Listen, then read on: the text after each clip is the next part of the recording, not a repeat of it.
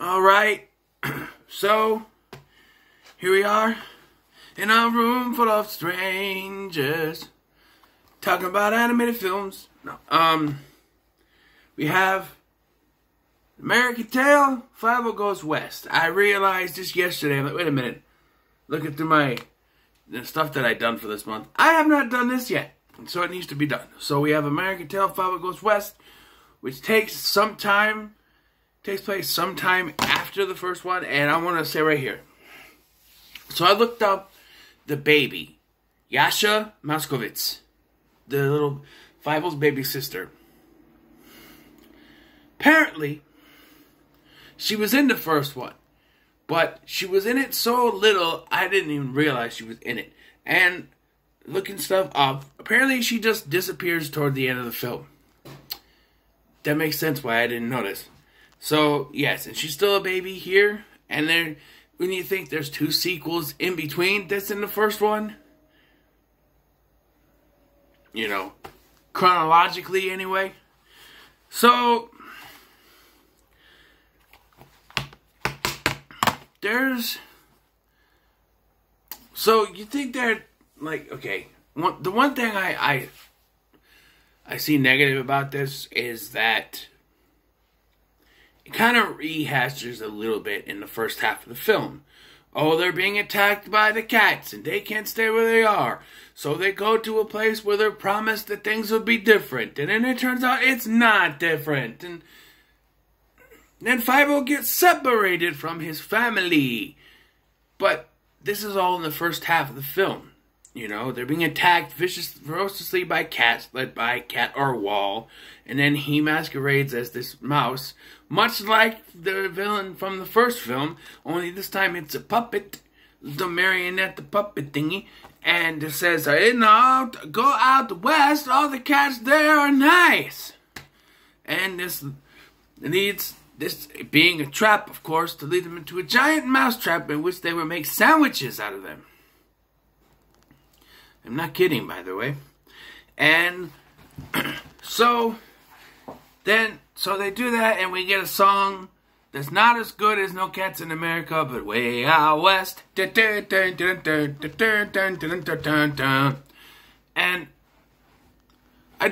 mentioned that I don't really care for that Somewhere Out There song. A lot of people think it's a masterpiece of music.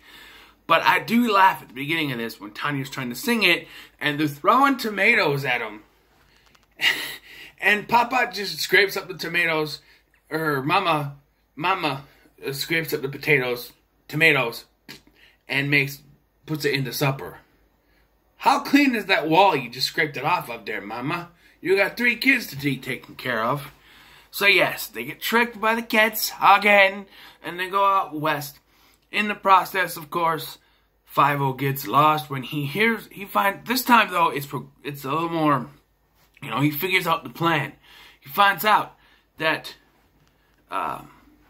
maybe he did in the first one too, I don't remember. I haven't seen that one as much as this one, but he finds out about the plan, and the cat wall sends his little spider sidekick to, take care of him, and Fievel is knocked off the train.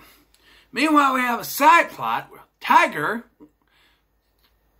once again voiced by Dom DeLuise, is trying to catch up with the train to say goodbye to Fievel, and ends up being chased by a bunch of dogs. Look, this whole chase scene was funny when I was a kid, but as an adult, this is brutal to the character of Tiger. Like, he's trying to catch up and he's chased by this dog, and then he hides in this place, which ends up being where they kennel all the dogs. So he runs, and he's running, and there's a dog chasing him off the train, and he falls into the river, only to be, you know, you get the joke,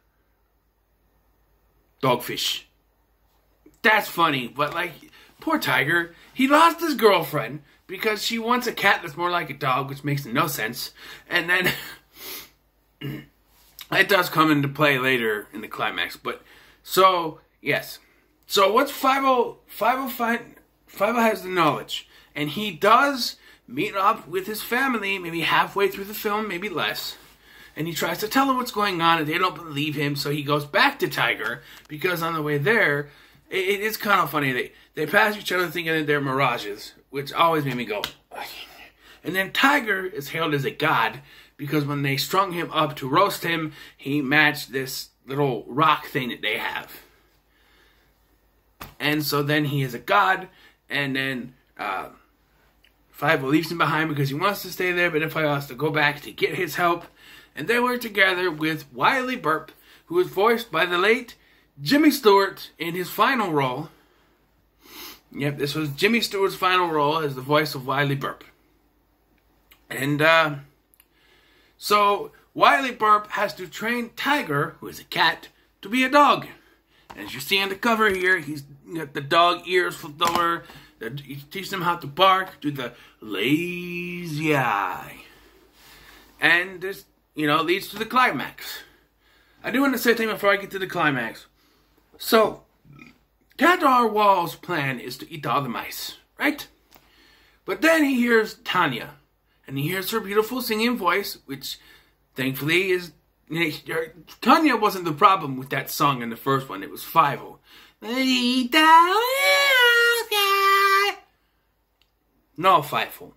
No. Because they dubbed her singing voice, but they didn't dub Fievel. For some reason, they thought Philip Glasser could sing. He can't.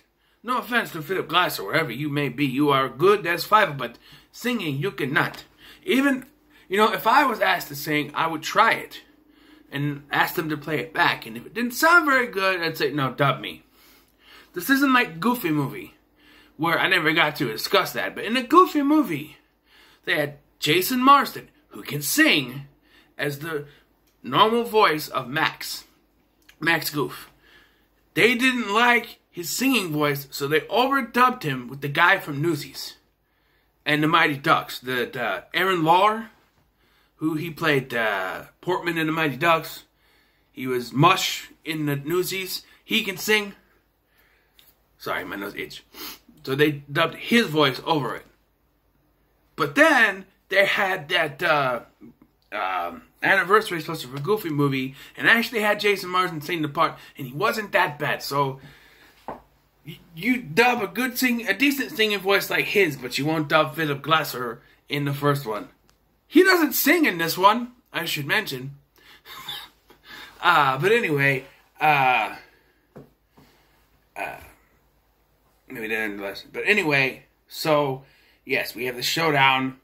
So my question about this was, he chooses Tanya to sing with Miss Kitty, and to sing on the stage because of her singing voice, right?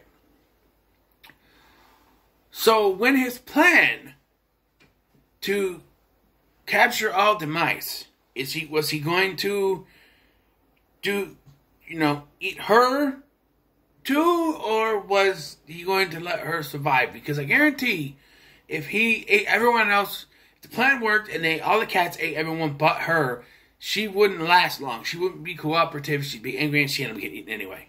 So I don't know, but it's always a thought I had.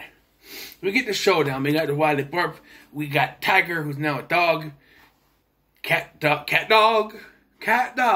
See, Nickelodeon stole from American Tail Fievel Goes West because we had a cat dog before there was a cat dog. And Fievel trying to help out, and then because he tried to tell them it was a trap, and they don't believe him, and now they finally figure it out, and Miss Kitty figures it out. And she gets back with Tiger. They save the day, and she gets back with Tiger, and Wiley Burp retires, and we get this little speech that Jimmy Stewart says to Fievel, basically passing on his sheriffness, gives him the thing, and yeah. It's a great movie. I love this movie. One last thing. So, we see that the hat, they give, in the first one, they give Fievel the hat. But he could turn into a cowboy hat just out of nowhere. At least in the beginning of this, he did. So, yeah. But, yeah, this is pretty good movie. I'm giving it a 9 out of 10. I enjoy it. I can't fully give it a 10 because there are some problems with it. And I can't just say, oh, I love this movie so much, just don't want to grow up with it. Gets a 10 out of... No, I'm going to be fair. Gets a 9 out of 10. So what are your thoughts on American Tail Fievel Goes West? Make sure to like, share, and subscribe. Thank you for watching. I've been Scotty. The itsy bitsy spider one up the... I don't know. It's a bit the spider. Bit off the mouse's head. Something like that. Whatever. Goodbye.